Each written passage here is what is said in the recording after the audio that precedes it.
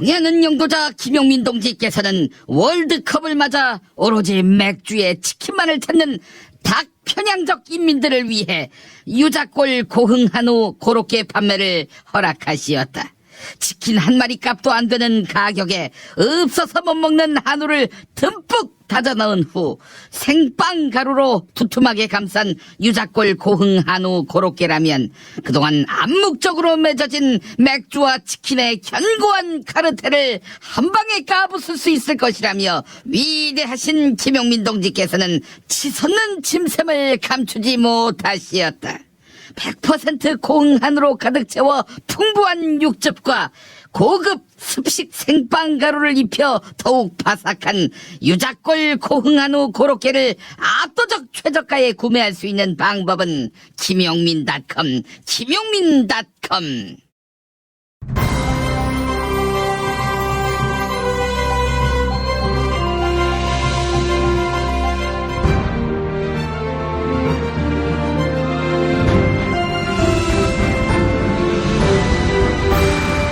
2018년 6월 21일 목요일 김용민 브리핑 2부입니다. 오늘 새벽에 나온 종합일간지 헤드라인 살펴보겠습니다. 먼저 한겨레 혐오 공존입니다. 예멘 난민에게 손 내민 제주도민들, 이런 제목입니다. 예멘인들이 내전을 피해 제주도로 오자 이들을 추방해야 한다는 주장과 함께 혐오 표현이 나오고 있는데요. 제주도민 하모 씨는 갈 곳이 마땅치 않은 예멘인들 10명에게 거처를 제공해주고 있습니다. 다음은 한국일보. 검찰 공정거래위원회 전현직 부위원장 불법 취업 수사, 이렇게 제목을 달았습니다. 공정거래위원회 간부들이 유관기관에 불법 취업한 정황이 드러나 검찰이 수사에 나섰습니다. 자세한 내용 뉴스브리핑 코너에서 상세히 전해드리겠습니다. 이번엔 국민일보 이명박 박근혜 시절 경찰이 점조직으로 민간인 비밀 사찰, 이런 제목입니다. 이명박 정권과 박근혜 정권에서 민간인의 온라인 활동을 감시하기 위해 비밀 조직을 운영한 것으로 드러났습니다. 이 또한 뉴스브리핑 코너에서 상세히 다루겠습니다. 다음은 경향신문 노동부 주 52시간 위반 처벌 최대 6개월 유예, 동아일보 주 52시간 대란 조짐에 속도 조절, 서울신문 주 52시간 근무 연착륙 기간 6개월 준다, 세계일보 주 52시간 근무 사실상 2019년으로 늦춘다, 조선일보 시행열을 앞두고 발등에 불만 끈 주 52시간 근무, 이런 제목입니다. 다음 달부터 주 52시간 근무제가 시행될 예정이었는데요.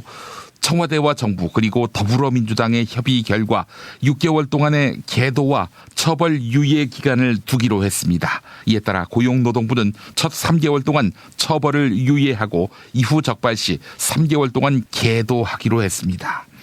마지막으로 중앙일보 손봐야 할 경제정책 소득주도 성장 1순위, 이렇게 제목을 달았습니다. 중앙일보가 만난 상당수 경제 전문가가 소득주도 성장 정책의 속도 조절이 필요하다고 인식했다. 중앙일보가 이렇게 전하고 있네요. 이어서 전문가들은 최저임금 급격 인상이 고용을 위축시킨다고 답했다, 이렇게 덧붙였습니다. 중앙일보의 견문이 좀 넓었으면 좋겠네요. 소득주도 성장이 해법의 첫 단추라는 경제 전문가도 많습니다. 오늘의 헤드라인 살펴봤습니다. 광고 듣고 뉴스 브리핑으로 이어갑니다.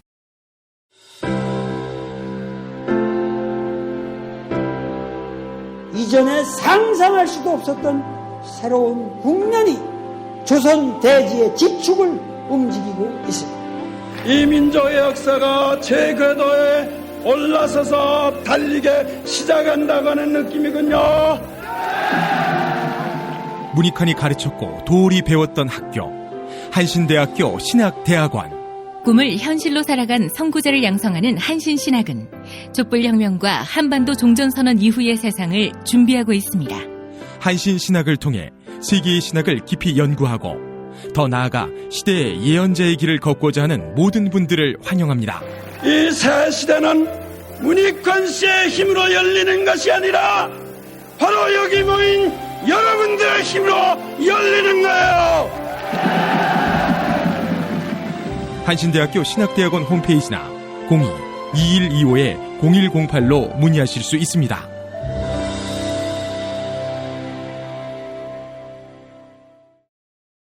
탈모인 여러분, 샴푸 살 땐 반드시 천연 99% 이상, pH 5.5, 피부 자극 1% 미만인지 확인하세요. 2, 3일에 머리 하나 더 빠지는 걸 우습게 보지만 2, 3년이면 정수리만 1000개 차이 납니다. 그렇지만 샴푸로 머리가 나진 않으니 이미 빠진 곳은 어쩌냐고요? 뿌리 깊은 샴푸 두피 영양제가 있습니다. 보건복지부상, 에이펙 최우수 기술상, 발모 촉진 조성물 특허 99%의 효과, 식약처 인증으로 부작용 없는 유일한 모낭 영양제. 가격도 세트로 구입하시면 두피 모발, 피부 개선까지 하루 330원. 뿌리 깊은 샴푸 쇼핑몰에서 기적의 사용 후기도 검색해보세요. 1566-7871. 중고차죠? 네. 그런데 이 차 진짜 있는 거 맞죠? 정말 이 가격에 살 수 있는 거죠? 아이, 그럼요. 빨리 오시면 됩니다. 여러분 이거 다 거짓말하는 걸 아시죠? 더 이상 속지 마세요. 허위 매물에서 우리의 가족과 이웃을 지키는 더불어 중고차. 직영 정비소를 운영하여 더욱더 믿음이 가는 더불어 중고차. 카카오톡 검색창에 더불어 중고차를 검색하시거나 1661-3363, 1661-3363으로 전화주세요.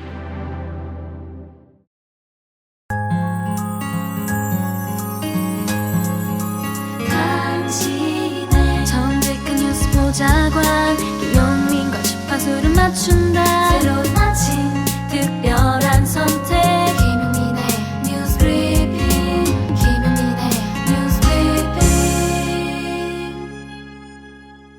이명박 정부 시절 경찰이 지인들까지 동원해 댓글 조작에 나선 것으로 드러났습니다. 경찰은 조현오 전 경찰청장과 김용판 전 서울지방경찰청장을 피의자 신분으로 입건해 수사 중입니다. 이명박 정부 시절 경찰 100여 명이 여론 조작에 나선 것으로 드러나 경찰이 수사에 나섰습니다. 이들은 인터넷에 올려진 기사들에 정부 정책을 지지하는 댓글을 작성했는데요. 특히 보안사이버수사대 직원 일부가 자신의 지인 30명을 동원해 댓글을 남긴 정황도 포착됐습니다. 보안사이버수사대 직원들은 이명박 정부 정책에 반대한 누리꾼들을 색출하는 군사이버사령부의 작전, 일명 블랙펜 작전을 지원한 혐의도 받고 있는데요. 여권 고위 관계자는 이명박 정부 말기와 박근혜 정부 초반 국군 사이버사령부가 경찰 비공식 조직과 협조해 블랙펜 작전을 벌였다, 이렇게 밝혔습니다. 이에 따라 경찰은 조현오 전 청장과 김용판 전 청장을 포함한 전 현직 경찰 고위 간부 7명을 피의자로 입건해 조사 중입니다. 경향신문 보도였습니다. 검찰이 공정거래위원회 유관 기관들을 전격적으로 압수수색했습니다. 공정거래위원회 최고위 간부들이 불법적으로 유관 기관에 취업한 정황이 포착된 것입니다. 공정거래위원회 간부를 포함한 퇴직자 10명은 취업이 금지된 유관기관으로 불법 취업한 혐의를 받고 있습니다. 검찰은 공정거래위원회 내부에서 불법 취업을 묵인하거나 알선한 정황이 없는지 조사 중인데요. 특히 검찰은 공정거래위원회와 대기업의 유착 혐의를 포착해 수사 중인 것으로 알려졌습니다. 네이버나 신세계가 주식 소유 현황을 신고하지 않은 점을 인지했지만 검찰에 고발하지 않고 사건을 종결한 겁니다. 한국일보 보도 전해드렸습니다.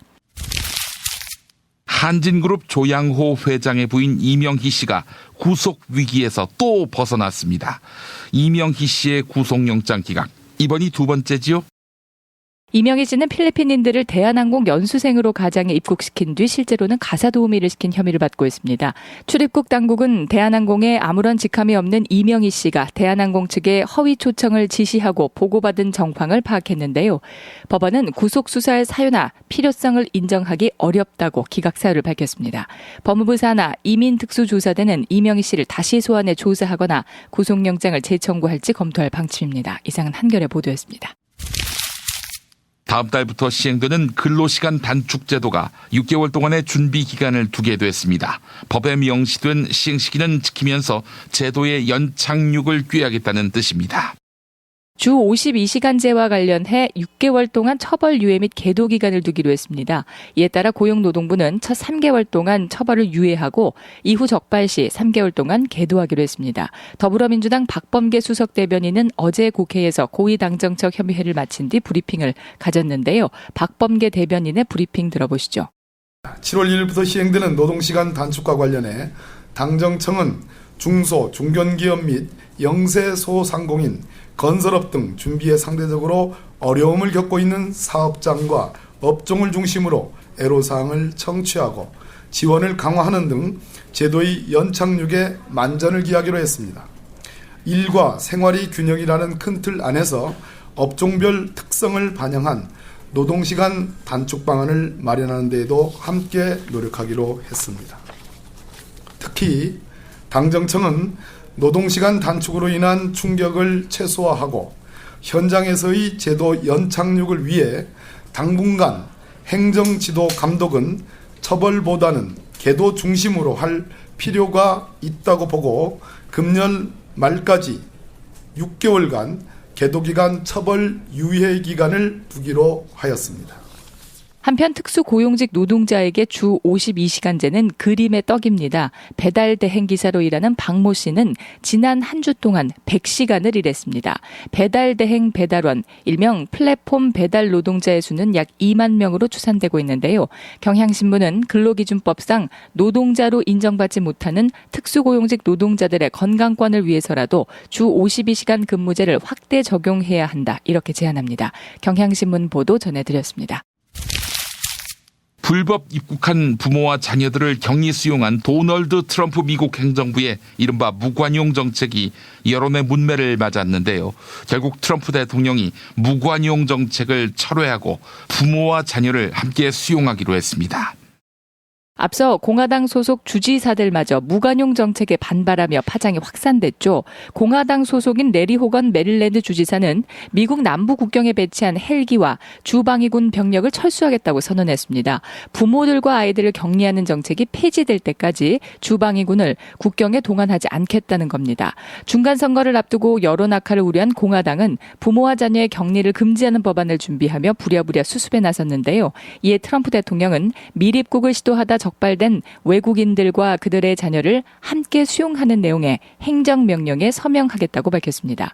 미국은 물론 외국에서까지 비판 여론이 확산하고 공화당 내에서조차 반대의 목소리가 우세해지자 트럼프 대통령이 평소답지 않게 고집을 꺾은 겁니다. 한겨레 보도였습니다. 조미 정상회담의 결과물인 6.12 공동성명은 조선과 미국이 이행해야 할 구체적인 조치들을 담고 있지 않습니다. 하지만 조선 비핵화가 성공할 가능성이 높다고 기대할 수 있는 이유는 양국 정상이 만나 협상의 종착점이 어디인지를 분명히 했기 때문입니다. 6.12 공동성명은 이행 계획서가 아닌 선언적 합의문입니다. 본격적인 비핵화 작업에 돌입하기 위해서는 세부적 실무 작업이 이어져야 합니다.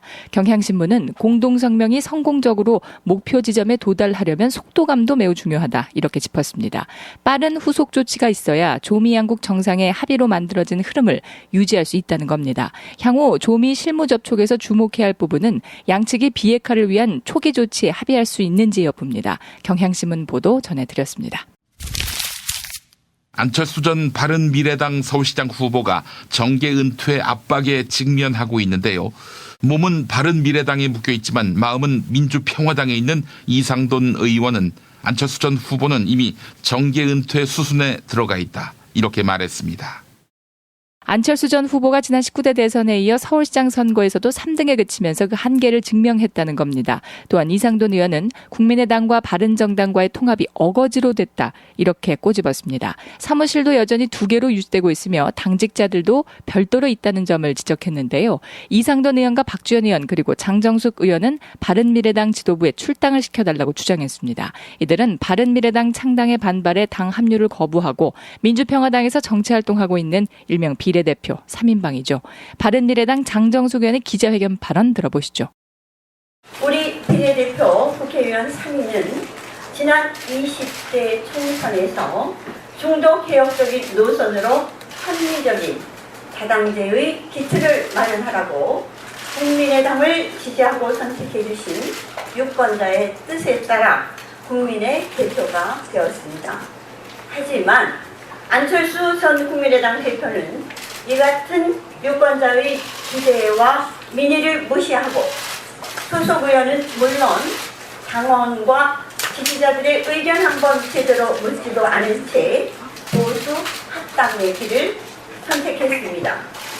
이에 국민의당 지역구 의원 25명 중 15명이 일방적인 보수 야합에 반대하며 민주평화당을 만들었으며 비례대표 3인도 국민의당을 선택해준 유권자의 뜻을 받들어 민주평화당과 함께 하고 있습니다. 하지만 몸도 마음도 민주평화당과 함께 하고 있는 비례대표 3인에 대해 바른미래당이 호적 정리를 해주지 않고 있습니다. 20%의 지지율이 나올 거라면서 밀어붙인 안철수 전 대표의 일반적인 합당은 이번 지방선거에서 철저하게 심판받았습니다. 더 이상 바른미래당의 지도부는 안철수 전 대표의 핑계를 대지 말고 정치 도의에 따라 비례대표 3인을 출당시켜 주어야 합니다. 세계일보 보도 소개해드렸습니다. 김용민 파이. 당선 직후 인터뷰에서 김부선 씨 관련 질문만 나오면 이 당선인 신경질적이었죠. 급기야 인터뷰를 중단하면서 태도 논란이 일었고 선거 다음 날만 언급량 11만 건을 넘겼습니다. 해당 방송사, MBC 관계자가 자신의 소셜미디어에 글을 올리면서 내용을 좀 공개를 했는데 사실은 이재명 후보 측에서 이런 요구도 있었다라는 내용도 공개를 했습니다. 이재명 후보 측에서 이제 인터뷰를 하기 전에 이런 요구를 했대요. 여배우 이름이나 스캔들 내용 이런 것들을 묻지 말아달라고 요구를 해서 일단 MBC 측에서도 수용은 했다고 합니다. 굳이 거론할 필요가 없었기 때문에 그런 판단을 했는데 어쨌든 그래서 어떤 식으로 질문을 하려고 했었던 거냐면요. 이런 내용입니다. 이제 방송을 진행하고 있던 방송사 기자가 선거 막판에 뭐 여러 가지 어려움을 겪으셨어요. 앞으로 도지사가 되시면. 네, 감사합니다. 저희가 잘 안 들리는데요. 열심히 하도록 하겠습니다. 고맙습니다. 이 장면을 놓고 이 후보가 자신에게 불리한 질문을 피하기 위해 일부러 연결을 끊은 게 아니냐는 논란이 증폭됐습니다. 이거 하고 더 이상 하지 마. 엉뚱한 질문을 자꾸 해서 안 돼. 약속을 어기기 때문에 다 인터뷰 취소해. 그리고는 실제 생방송 도중 이어폰을 빼고 인터뷰를 일방적으로 중단했습니다. 이 당선인은 SNS를 통해 자신이 지나쳤다고 하면서도 질문 내용에 대해선 여전히 불만을 나타냈습니다.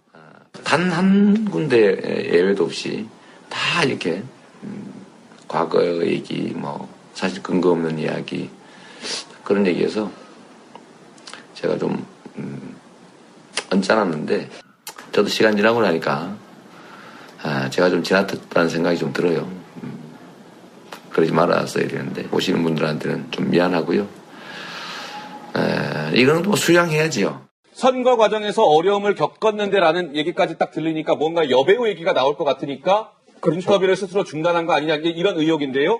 지금 노 기자 설명을 들어보니까 그 이후 얘기가 아니 경기도지사가 된 후 비판들을 어떻게 설득하고 포용할 생각이십니까? 이 질문은 기자라면 당연히 해야 될 질문 아닐까요? 사실 지금 어떤 당선자가 되든 누가 되더라 하더라도 선거 과정에서 여러 가지 불미스러운 일들이 좀 많았겠습니까? 그렇다고 하면 그런 문제들은 다 앞으로 어떻게 수습하시고 어떻게 포용할 것인가를 물어보는 것은 기자로서의 당연한 하나의 질문일 수밖에 없는 것인데 그럼에도 불구하고 이재명 당선자가 그때 나름대로 지레짐작을 한 것 같아요. 자신의 선거 과정에서 상당히 뼈아팠던 여러 가지 그러니까 네거티브 공격들이 가슴에 남아있던 것 같아요. 그래서 지레짐작으로 아마 뽑았던 것 같은데 이런 말이 있습니다. 가장 위대한 지도자는 그레이트 리스너라는 말이 있습니다. 위대한 경청자라는 거죠. 아무리 쓴소리라도 끝까지 듣는 것에서 위대한 리더십이 나온다는 겁니다. 사실 이렇게 지레짐작으로 남의 말을 자른다든지 안 듣는다고 한다면 앞으로 1,000만 명의 지금 도정을 이끌어갈 도지사로서 여러 가지 쓴소리도 앞으로 들을 일이 좀 많겠습니까? 그럴 때마다 내가 미리 짐작해서 그만해라고 이야기를 한다고 한다면 그런 태도가 앞으로 도정에서 드러난다고 한다면 내가 태어나서 살아온 한국 사회에 대해서 참 싫은 게 되게 많아요. 예컨대 지금 갑자기 그 말하니까 떠오르는데 옛날 슈퍼스타 K가 엄청나게 인기 있었을 때가 있어요. 네, 한때. 예, 그때 존 박이라는 기억나시죠? 그렇죠. 예. 그래서 온통 TV에 맨날 나왔었잖아요. 그래서 이제 아직 막 이제 레이스 중이야. 근데 어디 야구장인가에서 존 박이 그 짝다리라고 그러죠, 왜? 이렇게 짚었대. 야, 그거 갖고 난리가 나더라고, 난리가. 그리고 또 이제 경선 중인데 먼저 된 사람이 저 뒷자리에 앉아서 이렇게 대기를 해야 되는데 이렇게 허리 빼고 이렇게 편안히 앉은 거예요. 네네. 그걸 막 공격을 해. 사람들은 뭘 요구하는 건가? 응? 대중적인 존재들, 정치인, 유명 연예인들, 하여튼. 아니, 왜 모든 것을 그 사람들을 끌어내리거나, 이렇게 약한 존재로 만들려고 집단에 억압을 가하는 걸까? 짝다리가 아니라 주저앉고 싶으면 앉는 거고, 껌을 씹고 싶으면 씹은 거고, 대중 앞에 무례하다? 그게 무례한 거예요? 대중을 조롱하는 게 무례한 거지. 하여간, 대중 권력의 시대라고 하지만 이게 폭력의 시대구나 이런 느낌을 받아요. 자기 편하게 쓰느라고 짝다리라는 자세를 갖고 저게 왜 비난받을 거리가 되나 이런 생각이 들어요. 내 생각에는 자기 소신이 있고 자기 행동을 하고 싶은 사람은 그냥 자기 마음대로 하는 거예요. 그리고 대중들은 그 사람을 사랑하거나 미워하는 선택을 하는 거예요. 집단이 나서서 공격의 화살을 놀 일은 아니란 말이에요. 나는 그냥 그날 인터뷰 때 나는 TV조선에서 개표 방송을 했거든요. 근데 나중에 알았어. 그날은 몰랐고, 나한테 굉장히 무례하고 화난 듯이 대해갖고, 말을 봤더니, 나랑 엄청나게 트위터상으로 논쟁을 했더라고, 이재명 지사가. 그러면 이상하잖아요. 그래도 동명이인 김갑수가 또 있었던 거예요. 통진당 논객 김갑수라는 사람이 또 있는데, 이렇게 글을 들어가다 봤던 거예요. 그랬더니 이재명 지사가 아니 도대체 그런 말씀을 하실 수가 있나요? 제가 평소에 알고 있는 김갑수 씨 맞나요? 이렇게 썼더라고. 동명이인한테? 네. 그러니까 지금도 그 사람은 나랑 이름이 똑같은 다른 사람과 싸웠다는 걸 모르는 거죠. 이재명 씨는. 개인적으로 연락을 주고받는 건 없으니까. 굉장히 불편했었는데 나는 대중 앞에 머리 조아리지 않고 언론과 싸우는 모습의 정치인을 보는 게 통쾌합니다. 그 일을 먼저 내가 당했거든. 이해찬 씨에게 당했거든. 이해찬 총리가 그때 무슨 당이었나 하여튼 그때 내가 YTN 시사 프로 진행자였었어요. 네네. 그래서 전화 통화를 하는데 내 질문이 마음에 안 드니까 소리를 빠르게 지르고 꽝 끊어버려갖고 잠시 이슈가 됐었어요. 근데 그래서 내가 화가 났냐면 그게 아니라 그런 정치 스타일을 내가 좋아했다니까요.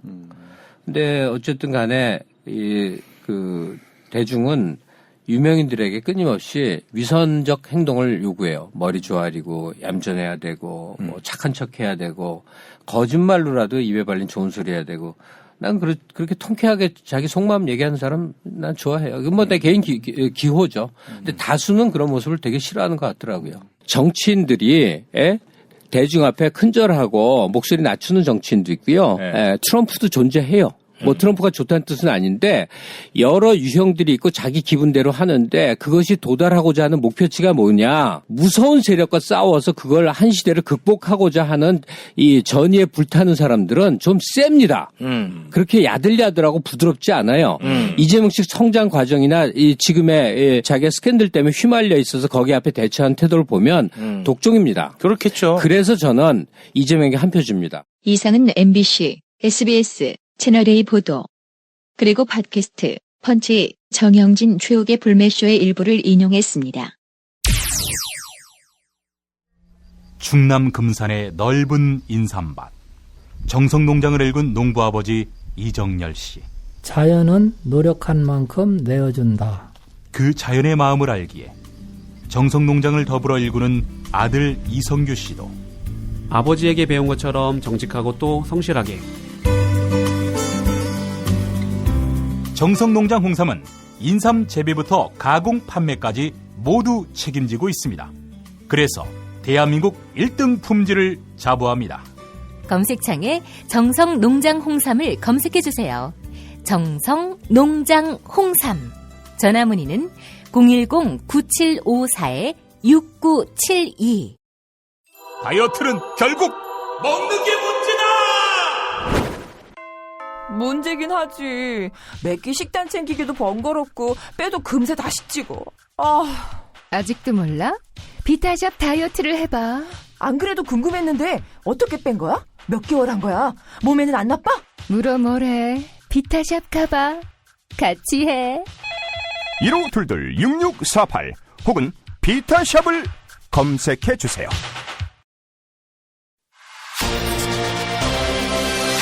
답은 이미 정해져 있으니 너는 대답만 해라고 하는 답정너. 아닌데. 답은 정치인데 너만 몰라. 이건데.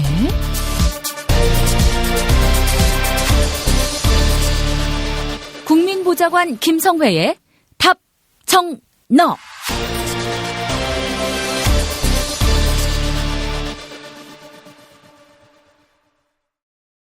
40세 남성 10,000원대, 10살이면 5,000원대의 실손보험과 40세 여성 기준 월 2만원 치아 보험, 네, 포털 사이트 다음에 7,000원 운전자 보험 카페를 검색하시기 바랍니다. 전화번호는 016-360-0689, 016-360-0689번입니다. 일반 전화는 02-849-9730, 02-849-9730번입니다.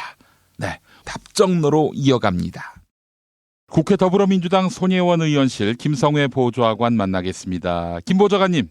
네, 안녕하세요. 네, 오늘 어떤 소식 전해주시겠습니까? 예, 이제 지방자치 선거가 끝나고 패배한 정당은 패배한 정당대로, 또 이긴 정당은 이긴 정당대로 전당대회를 통해서 새로운 당 지도부를 구성하게 되는데요. 각 당별 사정에 대해서 말씀 좀 드려보겠습니다. 자, 그래요. 자유한국당은 서청원 의원이 탈당을 선언했는데, 자, 그렇다면은 그 지역구를 우리 김성회 보좌관이 차지하는 겁니까? 그렇게 되면 제가 지역난방공사 출신 김성회 사장님하고 붙는 겁니까? 아니, 김성회라는 이름이 그렇게 흔하진 않은 것 같은데 말이죠. 어떻게 이름이 같습니까? 그분은 무쇠주먹 아닙니까? 예, 핵주먹 김성회 의원님이 계시고, 그 다음에 또 레인보우 합창단 우리 반기문 김성회 씨가 계시고. 아, 그분이 다른 분들이에요? 예, 다른 분입니다. 예. 제가 아는 다른 두 분은 그렇게 있는데요. 난처할 때가 많이 있습니다. 이렇게 그래요. 좋은 소식이 들리지 않는 경우가 많아서 좀 안타깝습니다. 예, 그래요. 김성회 이미지를 우리 김성회 보좌관이 다 회복을 시키네요. 제가 누나 안 됐으면 좋겠는데 이게 저희가 돌림자라서 그렇긴 한데 사실은 되게 만나기 어려운 이름인데 어떻게 보니 뉴스에선 조금 좋지 않은 소식으로 많이 접하게 돼서 안타깝고요. 예, 그렇습니다. 알겠습니다. 자, 그래요. 서청원 의원의 탈당, 정치를 그만둔다는 얘기는 아닌 것 같아요. 예, 일단 당을 떠난다는 것이고 은퇴 버금가는 행동이라고 봐야겠죠. 이렇게 된 이상 다시 복귀하기는 어려울 것으로 보고요. 올해 지금 75세 나이고 8선이죠. 근데 이런 상태에서 한 번 더 하겠다는 어려운 것 같고, 그렇다고 해서 의원직을 그만두면 보궐선거를 통해서 또 민주당이 당선될 가능성이 높으니까 은퇴를 하고 마지막 2년 지역정치를 정리하겠다라는 선언으로 받아들여야 할 것 같고요. 근데 아시겠지만 이제 서청원 의원의 탈당으로 인해서 이제 본인 혼자만 탈당하고 은퇴하려고 하진 않을 거 아닙니까? 관련해서 다른 중진들, 다른 다선 의원들에게 압박이 상당히 되는 부분이 있다고 봅니다. 그래요. 자, 근데 이분은 친박으로서 누릴 거 다 누렸던 분인데 말이죠. 이제 와서 큰 희생을 하는 것처럼 액션을 취하는 것이 그다지 진정성도 없어 보이고 말이죠. 예, 그렇습니다. 다선 의원으로서 사실은 끝까지 당을 정리하고 기강을 세워야 될 책임이 있다라고 보는 게 더 맞겠죠. 차기 총선에 불출마를 선언하고 마지막 남은 2년 동안 자유한국당을 개혁하는 일에 매진하겠다라고 하는 것이 원래 더 맞는 모양새인데요. 탈당을 하면 글쎄요, 앞으로 세비도 받아가고 할 텐데 지역에서 과연, 혹은 정당에서 과연, 국회에서 과연 어떤 정치를 보여주겠다는 이야기인지에 대해서는 사실 많이 아쉬운 점이 있습니다. 네, 알겠습니다. 자, 자유한국당 이제 친박 청산으로 가야 한다. 초선 의원들 사이에서 그런 대화들이 오간 모양인데 말이죠. 이게 얼마만큼의 그 변화를 추동할 수 있을지 상당히 궁금해지고요. 예, 박성중 자유한국당 의원이 이제 핸드폰 메모가 언론에 노출돼서 한번 문제가 됐는데요. 거기 내용을 보면 친박 핵심 모인다. 서청원, 이장우, 김진태, 정종섭, 그다음에 이제 세력화가 필요하다. 적으로 본다. 목을 친다. 이런 내용들을 적혀 있는데 지금 자유한국당의 개파 때문에 망했습니까? 아직도 번지수를 잘못 짚고 있는 것이죠. 자유한국당이라는 정당에 계파가 없었던 적이 있습니까? 그리고 사실 모든 정당에는 계파가 있습니다. 정당이라는 것 자체가, 정치라는 행위 자체가 자연스럽게 패거리를 만드는 것이 전 당연하다고 보거든요. 그거 자체를 경원시하거나 나쁘다고 생각할 수는 없는 문제라고 봅니다. 다만 지난번처럼 진박이니 친박이니 자기들끼리 따져가면서 공천 자체를 완전히 빠그러뜨렸을 경우에는 그 부작용이 지금 드러나고 있는 것을 제가 보고 있는데요. 여튼 이 문제를 친박이 있기 때문에 마치 자유한국당이 선거가 망한 것처럼 얘기를 하면서 적으로 보고 목을 친다는 얘기를 이렇게 메모로 하고 회의를 하는 자체도 정말 문제가 있는 것이고요. 이것을 뭐 일부러 흘렸는지 아니면 정말 부주의해서 나온 건지 모르겠지만 이런 얘기가 언론에 또 회자된다는 것 자체가 당이 어떻게 되고 있는가. 그리고 기껏해서 찾아낸 것이 한 계파를 다 쳐내면 자유한국당이 좋아질 것이다라는 생각? 글쎄요. 지금 서청원, 이장우, 김진태, 정종섭을 쳐내면 자유한국당이 이제 쓸만한 정당이 되는 겁니까? 자꾸 똑같은 얘기해서 죄송합니다만 자유한국당이 국민들로부터 왜 외면받고 있는지를 그 본질을 아직도 모르는 것이 가장 큰 문제라고 생각을 하고요. 이런 식으로 논쟁을 끌고 가는 자체가 큰 문제가 있다. 사실 그래서 되짚어 보자면 우리 홍준표 대표가 인적 정산이 필요하다라고 짚었던 본인의 뭐 페이스북 마지막 글이라고 했던 그 내용이 저는 훨씬 더 본질에 접근해 있다고 보고요. 김성태 의원 그래서 한국당 의원 114명을 모두 수술대 위에 올리겠다고 하는데 이것도 제가 보기엔 너무 넘겨짚는 거예요. 일단 비대위원장이 됐으면 지금 중론으로 모이는 것은 보수 중에 개혁적이고 이 전국을 헤쳐나갈 새로운 리더십을 당 바깥에서 찾아야 된다는 것에 많은 분들이 동의하고 있는 거 아닙니까? 그럼 그런 부분에 대해서 어떻게 할지를 좀 비대위원들하고 진중하게 논의를 하고 외부의 자문을 구하고 보수의 어른들 찾아가서 이야기를 듣고 보수 개혁을 하려고 하는 청년들을 찾아가서 이야기를 듣고 그것들을 발표를 해야 되는데 매일매일 뉴스에 나오고 싶어서 계속 새로운 얘기를 만들어내고 뭐 오늘은 114명을 수술대 올리겠다 또 그 전날은 무슨 중앙당을 해체하겠다 이런 식으로 뉴스거리만 만들면서 본인의 인지도를 높이려고 하는 이런 비대위원장 저는 진짜 자격이 너무 부족하다고 생각합니다. 지금은 자성하고 자숙하고 어떻게 변화할지에 대한 구체적인 계획을 내와야 될 때지 뭐 하나 던져놓고 눈치 보고 던져놓고 검색량 확인하고 던져놓고 본인 이름 인지도 올리는 상황이 아니지 않습니까? 김성태 의원 이런 순간에조차도 이런 개인적인 이기심으로 개혁을 하려고 하면 이거 저항에 부딪힐 수밖에 없고요. 자유한국당 이렇게 해서 과연 정당 혁신 할 수 있을까 정말 좀 걱정이 많이 됩니다. 알겠습니다. 정당 혁신이 쉽지 않겠다라는 그런 말씀을 해주셨는데 당 개혁을 주도하고 있는 김성태 대표 대행 이분은 이제 2016년 탄핵 국면 때 새누리당을 탈당했고 그리고 대선 한 일주일 남겨놓고 복당을 했어요. 그래놓고 이제 와서 자신이 이제 개혁의 칼날을 들겠다 이러고 있단 말이죠. 이 참 친박으로서는 기가 막힐 노릇이고 그렇기 때문에 실제로 칼을 들 경우에는 저항이 만만치 않겠다 이런 생각이 드는데 이러다가 또 자유한국당이 분당되는 것은 아닐까 하는 그런 생각도 드는데 그렇게까지 가지는 않을까요? 분당이라는 것은 에너지가 있을 때 가능한 것이고요.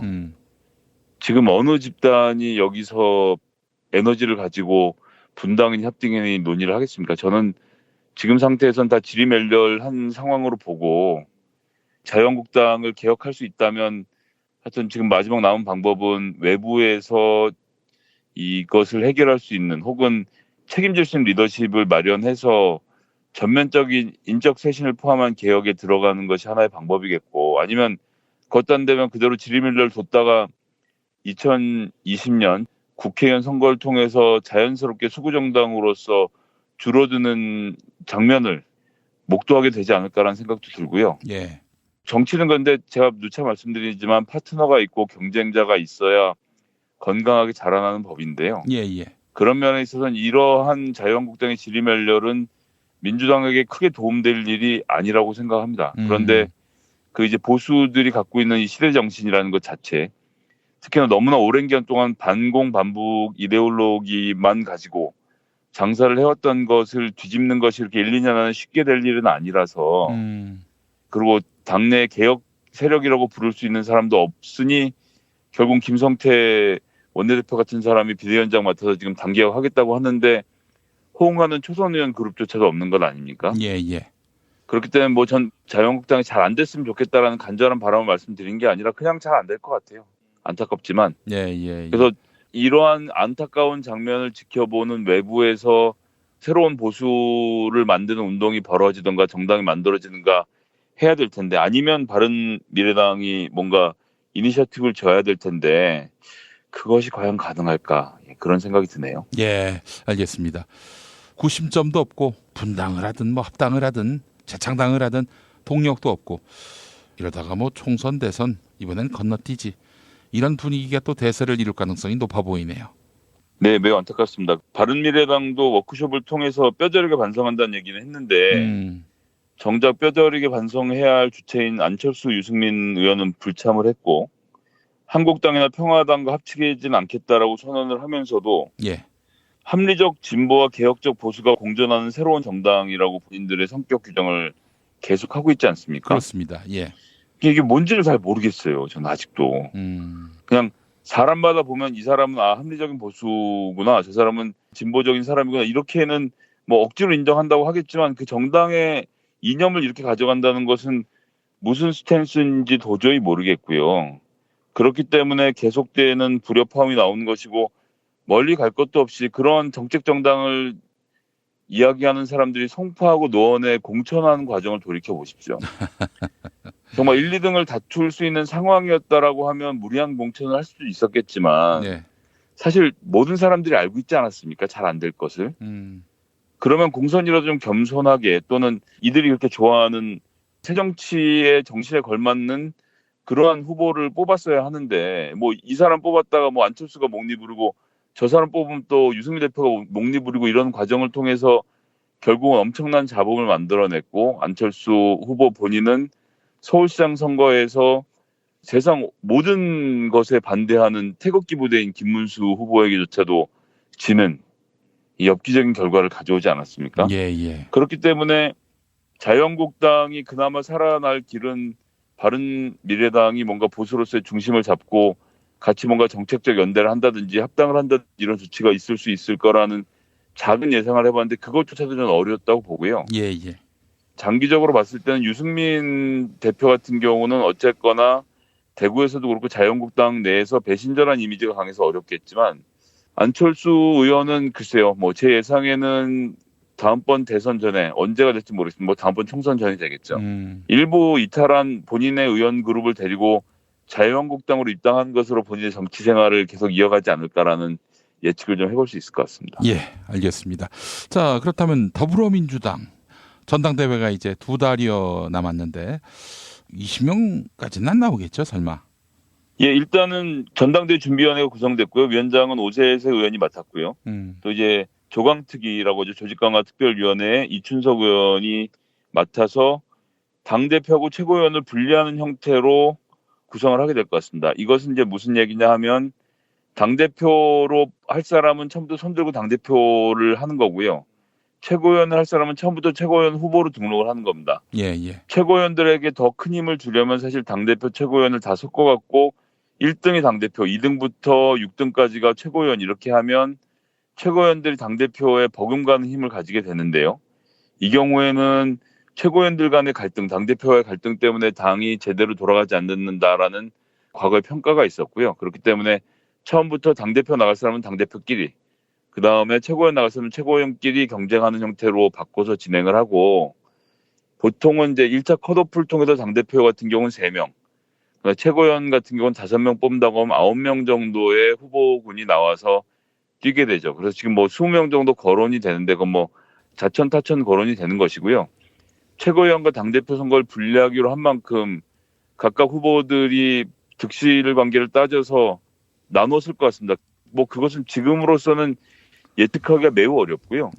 시간이 좀 지나서 어떻게 되는지를 지켜봐야 하는 상황이 아닌가 싶은 생각입니다.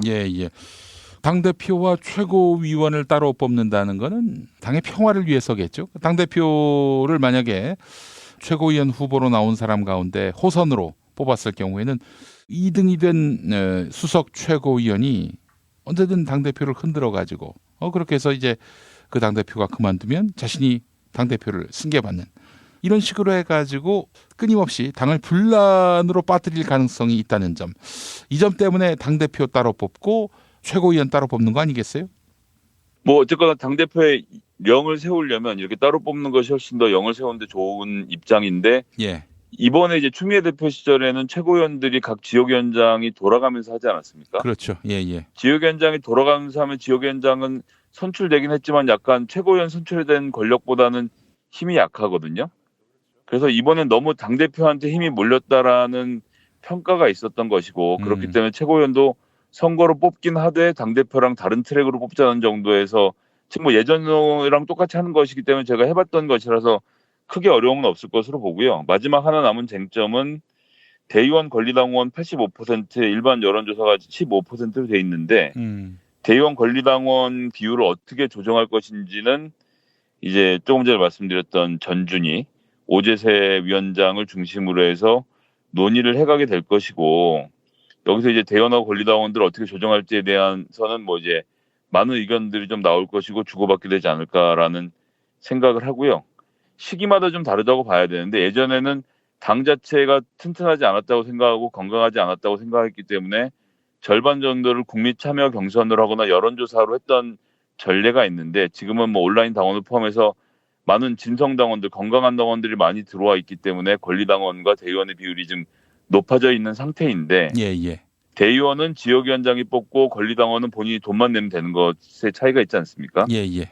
그렇기 때문에 이제 권리당원 같은 경우는 대의원의 비중을 줄이고 권리당원의 비중이 늘어나길 바랄 것이고 또 지역위원장들 같은 경우는 어쨌거나 지역위원회에서의 본인의 자리 그리고 본인의 정치적 힘을 유지하고 싶어 하기 때문에 대의원 비율을 유지했으면 좋겠다라는 생각을 할 것인데요. 대의원 비율이 뭐 높고 낮고에 따라서 이것이 뭐 높으면 정치가 적폐냐고 하면 그렇지는 않습니다. 왜냐하면 정당 정치라는 것은 조직에 의한 정치이기 때문에 그냥 권리당원이 되시는 것도 중요하지만 그 과정을 넘어서서 실제로 그 지역위원회 활동을 같이 하면서 대의원으로 성장하고 이런 것들이 차츰 순서를 밟아가야 할 일이라고 생각하기 때문에요. 예. 그런 부분도 한번 좀 지켜보시면 재미있을 것 같습니다. 예, 알겠습니다.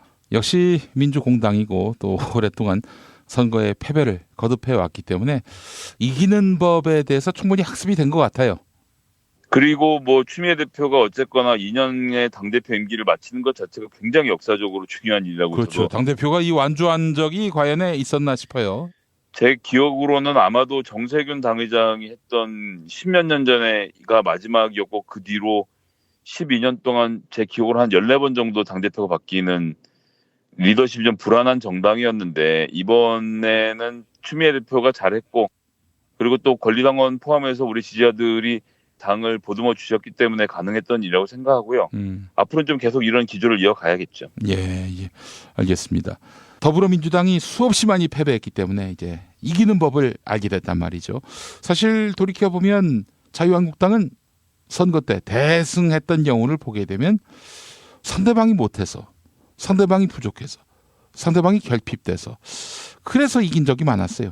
사실 자기 실력으로 당선된 적이 있었나 하는 생각이 들 정도인데 이제는 자력으로 승리하는 방법을 터득해야 할 테고요. 그러려면 일단 국민들의 마음을 얻어야 되는 거 아니겠습니까? 예, 그래서 뭐 민주당 정신 차리고 당원과 국민만 보고 그분들의 명령을 듣고 문재인 정부의 성공을 위해서 열심히 뛰겠다는 자세로 이번 전당대회도 임해야 되지 않을까라는 생각입니다. 예, 알겠습니다. 김성회 보좌관님 오늘 말씀 잘 들었습니다. 네, 감사합니다. 생활인을 위한 꿀팁. 집 두 채에 월 10,000원 화재보험 카페. 화재 배상, 심지어 도난 피해까지. 여기에 더해 가전제품 고장 수리비까지. 연중 무휴라 언제든 02-849-9730. 아이고 무릎이야. 무릎펜 몰라? 무릎펜? 무릎펜이라고 이번에 새로 나온 무릎 관절 보호대야. 네이버에서 무릎펜을 검색해봐. 상담은 010-2255-4489. 최 과장을 찾아주세요. 허리가 아파요. 아랫배가 나와요. 골반이 바로 서야 건강도 아름다움도 바로 섭니다. 바디로직을 입으세요. 토크밴드의 입체적인 탄력이 틀어진 골반을 바로잡습니다. 간편하고 확실한 골반 교정 타이즈 바디로직.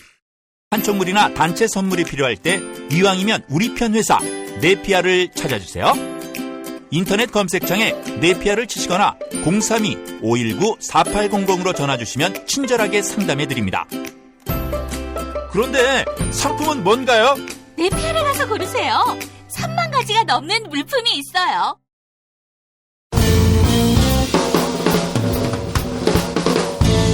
미디어 오늘 정상근 기자가 뉴스 속의 뉴스를 짚어드립니다. 정상근 기자의 오늘 미디어.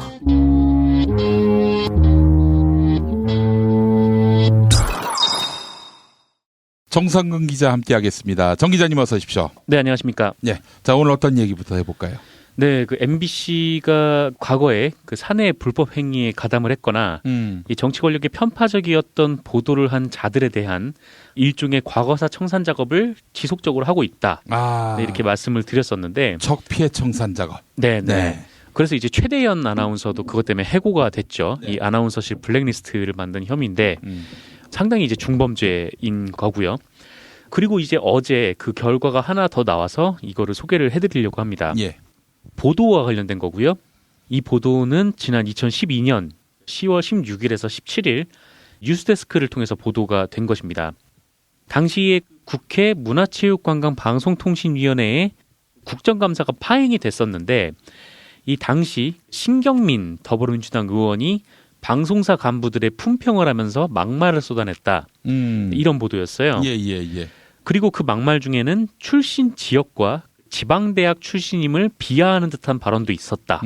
라면서 보도를 했는데 그 내용은 이렇습니다. 그러니까 땡땡땡은 허우대는 멀쩡한데 또라이다. 땡땡땡 국장은 경북대학을 나왔어. 충청도 출신인데 마산고 나온 애들도 있고 뭐 이런 식으로 말했다면서 이게 지방대학 출신 그리고 출신 지역을 비하하는 것이다.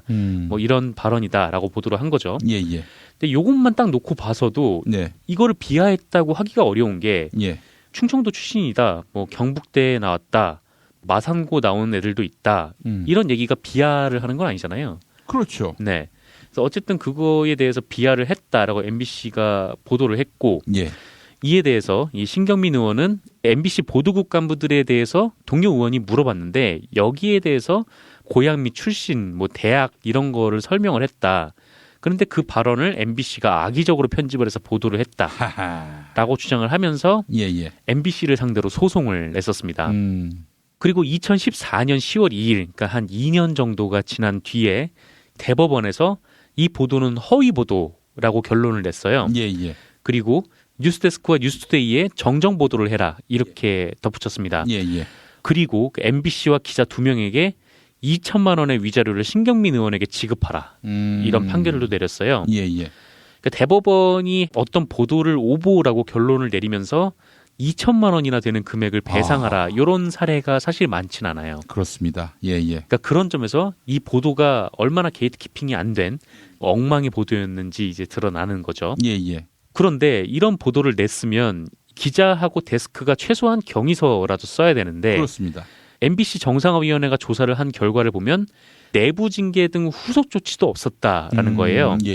그래서 MBC가 허위 보도로 판결이 난 이 신경민 의원 막말 파문 보도와 관련해서 자사 소속 기자에게 정직 6개월의 징계를 어제 내렸습니다. 보도에는 A 기자라고 나와 있는데 이 A 기자는 박영일 기자고요. 박영일도 박영일인데 이 기사를 지시를 하고 그대로 편집을 본 데스크가 있지 않겠습니까? 그렇죠. 그러면 그 데스크도 잡아다가 징계를 때려야 되는데 이 데스크는 징계를 할 수가 없는 상황이에요. 그만뒀어요? 그만뒀습니다. 그때 데스크가 정치부장이었는데 김장겸. 김장겸은 그만뒀죠. 본의로 그만둔 건 아니지만 어쨌든 그래서 내부에서 징계를 할 수는 없는 상황인데 어쨌든 그래서 이 보도를 했던 박영일 기자에 대해서 징계를 그렇게 내렸고요. 박영일 기자가 뭐 항변을 했을 거 아니에요? 네, 뭐 항변의 내용은 아직 뭐 알려지진 않은 그런 상태입니다. 박영일 기자 이분 보니까 말이죠. 영흥도 낚시배 사고 이거 리포트한 이후로 그 이름을 보기 힘드네요. 작년 12월 이후로. 네, 최승호 사장이 부임한 이후에 좀 떠나 있었던 것 같은데 네. 어쨌든 뭐 그렇게 결론이 났고요. 그리고 이 대법원에서 결정을 내린 것 중에 또 하나가 아까 말씀드렸던 것 중에 이 MBC 기자 2명이 배상금 2천만 원을 신경민 의원에게 주라고 했던 판결이 있었어요. 그렇죠. 예, 예. 근데 정상위원회가 조사를 해보니까 이 돈을 MBC가 다 냈다라고 합니다. MBC가 냈어요? 네. 기자가 내야 되는 거 아닙니까? 그러니까 기자 2명과 MBC가 같이 2천만 원을 배상하라라고 판결을 냈는데 기자가 내야 할 돈도 있는 거 아니에요? 그렇죠. 예. 이 최소한 뿜빠이라면 한 660만 원 정도가 나올 텐데 MBC가 이 돈을 다 냈다는 거죠. 아, 이거는 결국에는 회사에서 시켜서 한 것이기 때문에 회사가 다 책임지겠다. 이런 얘기고, 만약에 회사가 책임지지 않는다면은 이 기자가 반발할 것을 우려해서 회사가 몽땅 다 낸 것은 아닌가 하는 그런 추론이 가능해요. 그렇죠. 근데 결국은 기사를 기자가 썼어도 그거를 내는 것은 데스크이기 때문에 네. 이 회사에서 책임을 지는 경우가 뭐 일반적이긴 합니다만, 근데 어쨌든 이 데스크도 그러면 징계를 받아야 되는데, 그렇죠. 문제는 이 데스크를 징계를 못하는 상황 아닙니까? 그래서 이 정상화위원회에서는 박영일을 하고 김장겸에게 구상권을 청구하라. 네, 이런 의견도 전달을 했다고 합니다. 그래요. MBC 정상화위원회가. 네, MBC 사측에 그렇게 건의를 한 거죠. 구상권을 청구한다 하면 회사한테 손해를 끼친 이 사람들한테 개인적으로 배상하도록 소송을 걸든지 하라. 이런 네, 얘기죠. 그 돈을 토해내게 하라. 네, 이런 얘기인 겁니다. 네, 알겠습니다. 뭐 김장겸 씨 지금 기세를 보면은 전혀 수긍할 마음이 없어 보이니까 소송으로 갈지 이것도 지켜봐야 할 것이고요. 소송으로 가도록 해야 하지 않겠습니까? 네, 뭐 본인이 뭐 인정하고 뭐 돈을 내면은 뭐 끝나는 건데 아마 말씀하신 대로 인정 안 할 가능성이 굉장히 높기 때문에 예. 소송으로 가야겠죠. 예, 알겠습니다. 자, 다음 소식은요. 네, MBC 정상화 작업에 대해서 설명을 드린 김에 이 KBS 관련 소식도 짧게 하나만 전해드리도록 하겠습니다. 몇 번 전해드렸던 건데 이 KBS의 진실과 미래위원회라는 게 만들어지려고 했어요. 근데 이것이 드디어 구성이 돼서 활동을 시작을 했습니다. 이 조직은 MBC 정상화위원회처럼 과거 KBS 내부에서 벌어진 방송 공정성 그리고 공적 책임 침해 사례 이런 것들을 이렇게 규명하기 위한 활동을 하게 되는데 예. 이 위원장은 정필모 KBS 부사장이 맡았고요. 김희철 보도본부장 그리고 김덕재 제작본부장, 박재용 시청자본부장 그러니까 뭐 본부장급이 해서 뭐 KBS 안에서 이제 책임 있게 과거사 청산 작업을 이제 하겠다라는 그런 의지인 것 같고, 예.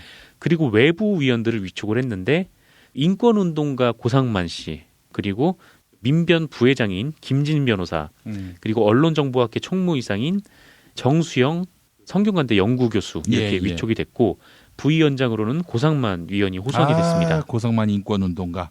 예. 그래서 어제 현판식이 있었는데 이 고상만 위원이 미디어오늘 하고 인터뷰에서 한 말에 따르면 여기에 KBS 구성원들이 굉장히 많이 모였다고 해요. 그래서 고상만 위원이 뭐 어디서 동원했나 보구나라고 생각을 했는데 알고 보니까 자발적으로 모여서 이 장면을 지켜봤다라는 거예요. 그래서 그만큼 이 KBS에서도 많은 분들이 과거사 청산 그리고 미래로 향하는 계획에 관심을 갖고 있다. 뭐 이렇게 보여진다라는 거고, 어쨌든 이렇게 현판식을 열고 첫 회의를 이제 바로 했는데요.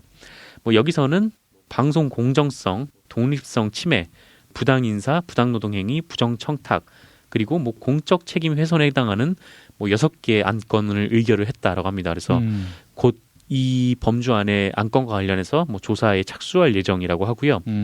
뭐 이사회에서 이 조우석, 차기환 이런 사람들이 반발을 해서 권한이 좀 축소가 되긴 했는데 진실을 드러내는 것만으로도 이 위원회가 뭐 충분한 역할을 할 수 있다고 보고 잘 됐으면 좋겠습니다. 예, 알겠습니다. 고상만 인권운동가는 과거사 청산 활동에 일가견이 있으신 분입니다. 전문가예요. 네, 과거에도 맡으셨죠. 그때 정권 차원에서 했던 의문사 진상 규명 작업도 했었고요. 네, 그렇습니다. 자, 그래요. 의문사당한 KBS의 과거를 낱낱이 드러내기를 바라는 마음입니다. 네. 자, 다음 소식은요. 네, 그 방송을 들으시는 날 기준으로 어제자 이 조선일보에 이상한 기사가 실려 있어서 말씀을 좀 드리도록 하겠습니다. 예. 이 이상한 보도의 제목은 양정철 전 비서관이 돌아왔다. 네, 이런 뉴스예요. 예. 그것도 6면의 탑 기사로 이게 크게 실었는데 제목이 이제 지방선거 끝나자 문복심 양정철이 돌아왔다. 뭐 이런 보도였습니다. 궁금한 뉴스라는 타이틀을 달고 낸 뉴스인데 문재인 대통령의 핵심 측근인 양정철 전 청와대 비서관이 지방선거 사흘 뒤인 지난 16일에 도쿄에서 귀국했다라는 보도예요. 그래서 이걸 보자마자 처음 들었던 거는 아니 이분 들어와 있던 거 아니었나라는 생각이 먼저 좀 들더라고요. 아마 지난 1월인가 한국에 이미 들어와서 블랙하우스랑 인터뷰를 하기도 하고 또 북콘서트도 하기도 했었죠.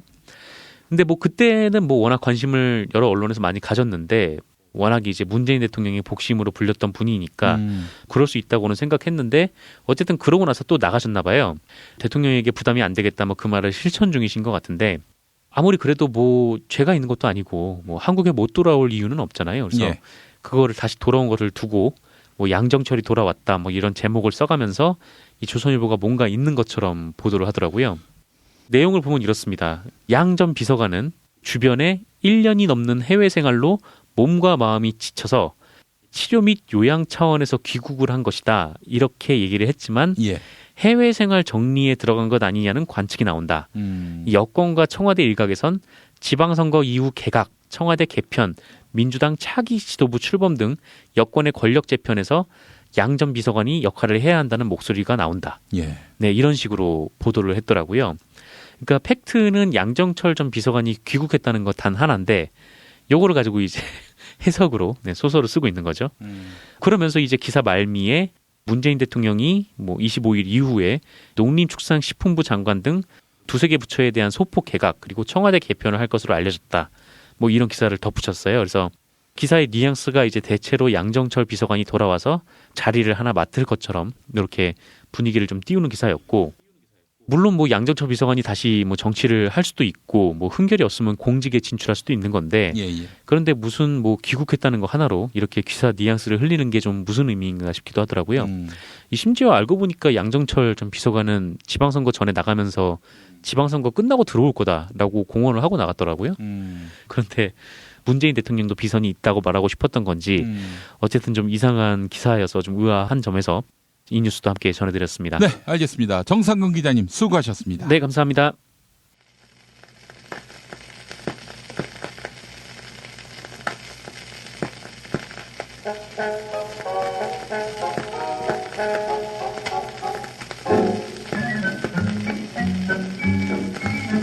그날 아침에 배는 6시 15분에 닿았다. 눈바람을 무릅쓰고 얼음판 위에서 밤을 새운 군중들은 배가 부두에 와 닿는 것을 보자 갑자기 이성을 잃은 것처럼 와 하고 소리를 지르며 곤두박질하듯 부두 위로 쏟아져 나갔다. 부두 위는 삽시간에 수라장이 됐다. 공포가 발사되고 호각이 깨어지고 동아줄이 쳐지고 해서 일단 혼란이 멎었지만 그와 동시에 이번에는 그 속에서 아이를 잃어버린 어머니, 쌀자루를 떨어뜨린 남편, 옷 보퉁이가 바뀐 딸 아이들의 울음소리와 서로 부르고 찾고 꾸짖는 소리로 부두가 떠내려 가는 듯 했다. 그들은 모두 이 배를 타지 못하면 그대로 죽는 것으로 생각하는 듯 했다. 네, 김동리의 소설 흥남철수의 일부입니다.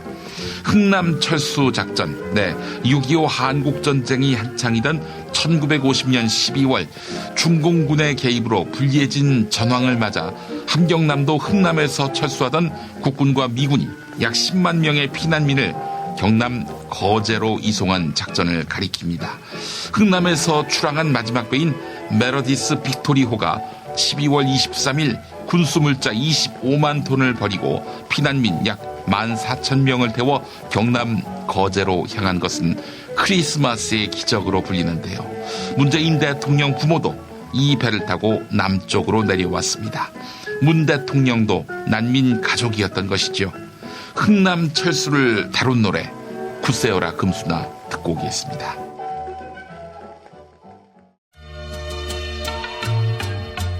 눈보라 비날리는 바람찬 흥남 부두에 목을 놓아 불러보았다 좌절을 보았다 검승아 데려가고 길을 헤매었다 내 피는 머벌을 흘리면서 일사이후 나 홀로 왔다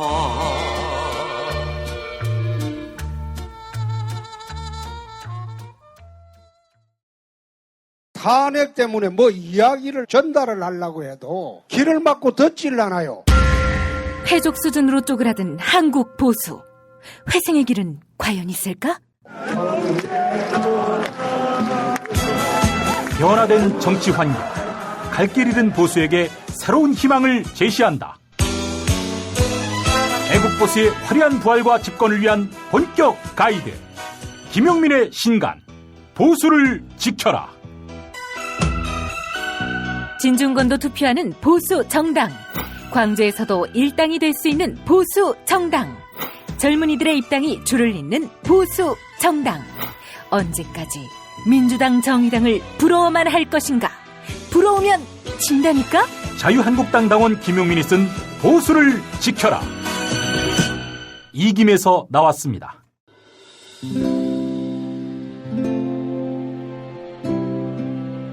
그러니까 목사님은 우리 남북 관계에 있어서도 큰 정기를 마련해 주셨습니다. 늦봄 문익환 목사 탄생 100주년. 민주화와 통일운동을 위해 11년 4개월간 옥고를 마다하지 않은 행동하는 양심. 오늘 우리가 누리고 있는 이 민주주의 또 문익환 목사님 덕분이 아주 큽니다. 그가 24년 동안 살았던 서울 강북구 인수복로 통일의 집이 6월 1일 문익환 통일의 집 박물관으로 거듭납니다. 사람들이 이렇게 항상 북적북적 이렇게 했던 공간이라 아버지한테만 아니라 우리 모두들한테 굉장히 큰 의미가 있는 통일의 역사를 기억하며 통일의 길을 모색하는 문익환 통일의 집 박물관 기념사업 추진위원으로 함께해 주시겠습니까? 이건 단지 어떤 유가족들의 유산이 아니라 우리 시대가 가지고 있는 유산이기 때문에 자세한 안내는 포털 사이트에서 문익환 통일의 집을 입력해 주세요.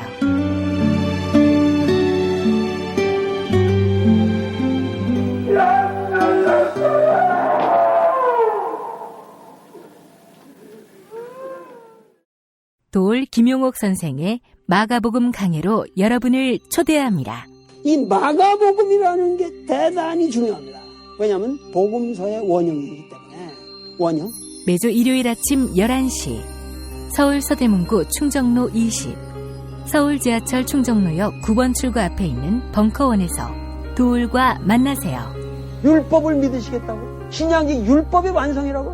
얼어빠져. 그따위 기독교 내 입 앞에서 제발 입도 뻥끗 터지지 말아요. 그런 소리는. 벙커원 교회 일요일 예배를 겸하는 이 자리. 돌이 진리와 생명이었던 예수를 원형 그대로 복원합니다. 그 십자가를 과감하게 걸머지고 돌아가신 예수를 말하지 아니하고 믿으면 너는 금방 축복받을 일만 남았다. 이게 한국 목사들 99%의 거짓말 설교예요. 돌의 마가복음 설교는 따로 녹화 녹음되지 않으며 현장에서만 만나실 수 있습니다. 김용민닷컴 자유 게시판에 올라온 사연 일부 소개합니다. 보헤미안 안나님, 감찰을 시사한 문재인 대통령님 마음이 이해가 됩니다.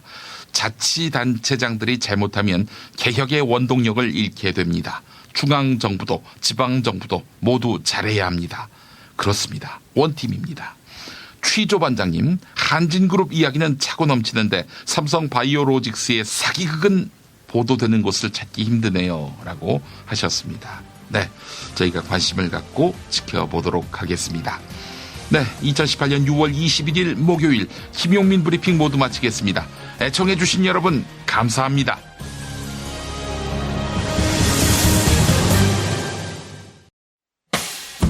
김용민 브리핑과 함께한 시간 어떠셨어요? 다음 시간에도 보다 바르고 알차며 즐거운 정보로 여러분을 찾아가겠습니다. 팟캐스트 포털 팟빵에서 다운로드하기, 구독하기, 별점 주기, 댓글 달기로 응원해주세요. 잊지 마세요. 다운로드하기, 구독하기, 별점 주기, 댓글 달기.